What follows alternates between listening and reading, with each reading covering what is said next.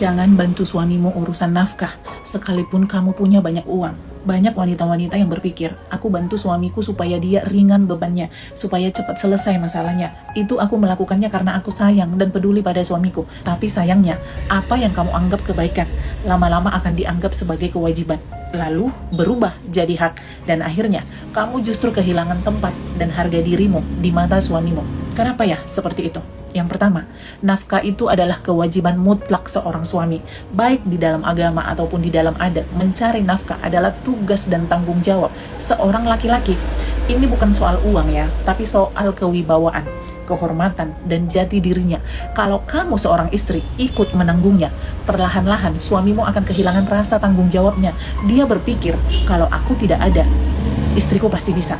Kalau aku kurang, istriku pasti bisa menolong. Dan akhirnya dia jadi malas, kurang berusaha, bahkan merasa apa yang kamu berikan itu sudah seharusnya. Dan itu juga adalah tanggung jawabmu sebagai seorang istri.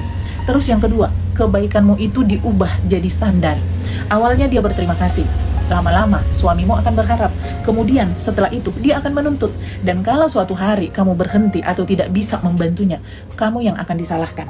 Kamu yang dianggap berubah, dan kamu dianggap pelit. Padahal dari awal, itu bukan tugasmu.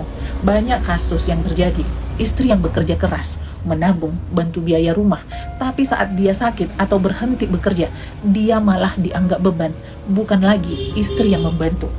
Terus yang ketiga, posisi dan derajatmu itu turun saat kamu ikut menanggung nafkah. Kamu perlahan-lahan bergeser dari posisi istri yang dinafkahi menjadi teman patungan, bahkan jadi tulang punggung.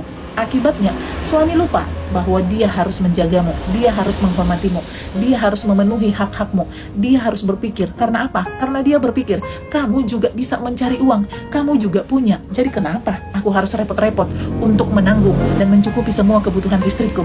Dia mikir gitu, bahkan tidak menutup kemungkinan uangmu yang kamu simpan susah payah diambil seenaknya sama suami kamu. Dan kalau kamu menolak, kamu yang dibilang tidak baik dan kamu tidak mendukung suamimu. Terus yang keempat, dia jadinya tidak pernah belajar berjuang. Karena apa? Karena selalu ada cadangan dari kamu. Maka dia tidak akan pernah tahu apa itu artinya susah. Dia tidak akan pernah memaksimalkan kemampuannya. Dia tidak akan menghargai nilai uang dan usaha. Dan dia akan nyaman di zona nyaman. Sedangkan kamu yang akhirnya terus kelelahan pikiran dan tenaga. Tapi bagaimana kalau suamiku benar-benar kesulitan? Dengar ya Bu Ibu, kamu bisa membedakan antara membantu dan mengambil alih. Kalau kamu memberi, berikan sebagai hadiah, sebagai sedekah, sebagai bentuk kasih sayang. Tapi jangan pernah jadikan itu rutin. Jangan pernah masuk ke pos anggaran nafkah. Dan jangan pernah bilang, ini untuk bayar listrik Pak, ini untuk bayar uang sekolah anak kita bulan ini Pak, ini untuk beli beras kita Pak. Jangan, katakan saja, ini uang simpananku, ambillah kalau kamu butuh. Tapi kalau masalah nafkah keluarga, itu tetap tanggung jawab kamu ya.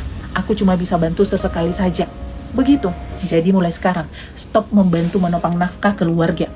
Sekalipun kamu punya banyak uang, jika ingin membantu, bantulah sesekali. Tapi jangan pernah menjadi ambil alih.